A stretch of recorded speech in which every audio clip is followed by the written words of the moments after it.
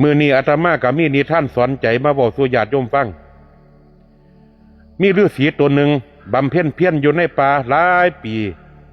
ศึกษาพระเวทศึกษาอย่างจนว่าซ้ำซ้องมีความรู้ว่าต่อไป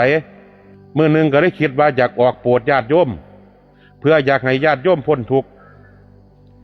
ฤาษีก็ได้เดินทางออกจากป่าไปฮอดหมู่บ้านนั้นหมู่บ้านนี้ไปเบิด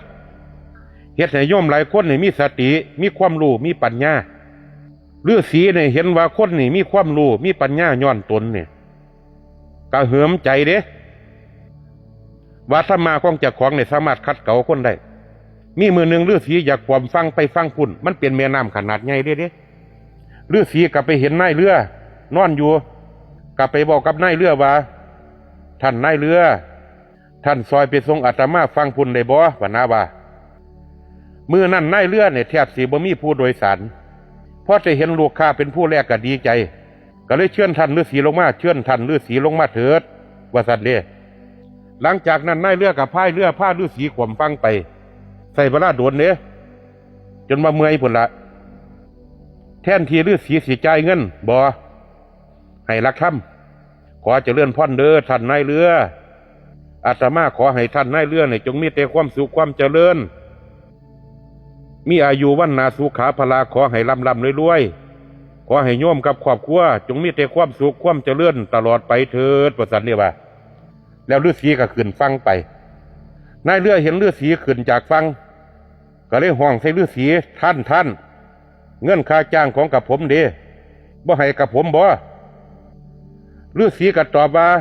อาตมาบ่มีดอกท่านนายเรือมีแต่ธรรมะนี่ล่ะให้บ่ได้ท่านขึ้นเรือผมท่านต้องจ่ายเงินผมว่าซั่นเด้ว่าฤาษีก็ว่าบ่มีนายเรือก็ได้ขึ้นฟังไปค้นโตฤาษีสุดที่ฤาษีใส่ก็ขาดพลุงพลังย้อนถือค้นตัวเพราะแต่บ่ได้เงินนายเรือก็ซ้อมฤาษีจนว่าปางตายเรื่องนี้สอนให้เฮาฮู้จักว่าการให้ธรรมาคนนี่เป็นธรรมทานอันยิ่งใหญ่เด้โยมเป็นการให้สติปัญญาเป็นการเฮ็ดให้คนพ้นทุกข์พ้นโศกพ้นเศร้าแต่ว่าการสิให้ธรรมาคนนี่ก็ต้องให้มีขอบเขตให้ฮู้จักเวลากับฮู้จักสถานที่ตอนนี้เขาโกรธจัดนี่เฮาสิไปให้ธรรมาเขาได้บ่ดีบ่ดีแต่เขาขาตายซ้ำขั้นคนพร้อมที่สิฟังธรรมาจากเฮาจิตใจของเขาต้องบริสุทธิ์นำบ่แม่นสิไปยัดเยียดธรรมาให้เขาเด้ผู้บางคนเขาก็บ่ฟังเลยก็อยากฝากไว้ให้คิดเจริญพร